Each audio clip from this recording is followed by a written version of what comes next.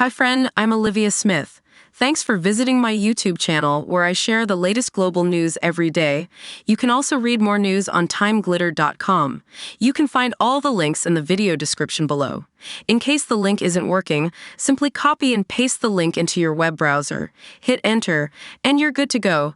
Now let's jump into today's news. News headline: President Biden says no doubt Vladimir Putin to blame for Navalny's death. News details: U.S. President Joe Biden has accused the Kremlin of being responsible for the reported death of Alexei Navalny, stating that there is no doubt Vladimir Putin bears responsibility. Speaking from the White House, President Biden stated that the U.S. is considering various options to penalize Russia.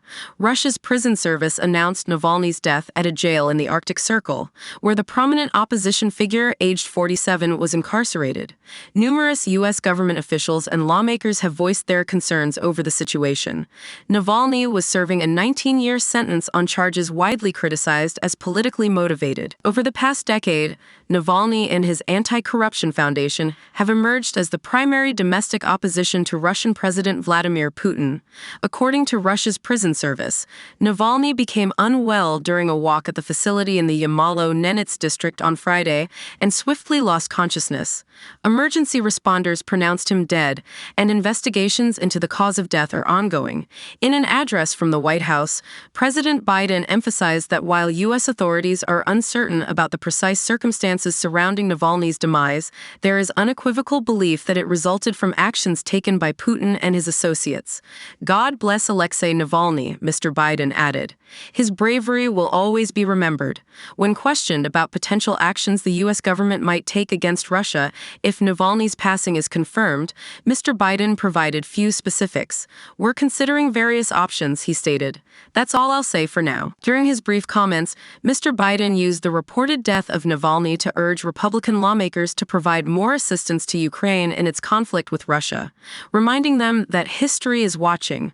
A common message from the U.S. president: the neglect to support Ukraine in this crucial time will be remembered. He emphasized, we must offer aid immediately.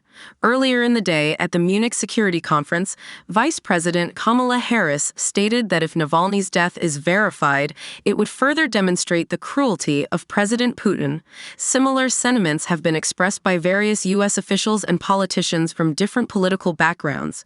Secretary of State Antony Blinken, present at the conference with 44 U.S. lawmakers, stated that the U.S. will engage in discussions with many countries regarding Navalny, especially if the reports are confirmed.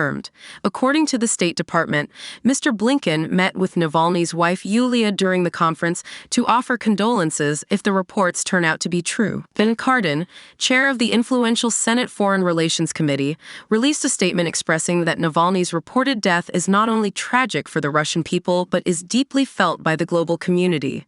The urgent need for the international community to support those advocating for democracy and human rights cannot be overstated, Mr. Cardin remarked. While we mourn this loss, we must not shy away from our shared responsibility to hold accountable those who use violence and repression to stifle dissent.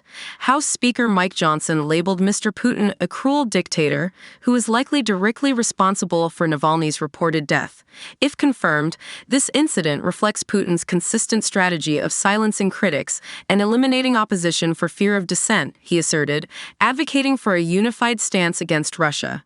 Former Vice President Mike Pence, a vocal critic of Putin, emphasized that there is no place in the Republican Party for those who defend Putin. Navalny was last seen earlier this week during a court hearing via video link, where he appeared in good health and was jovial. I don't want to hear any condolences, remarked his mother on Friday. We saw him in prison on the 12th of February during a visit. He was alive, healthy, and cheerful. Don't forget to hit the like button, drop a comment, share with others, and subscribe to the YouTube channel.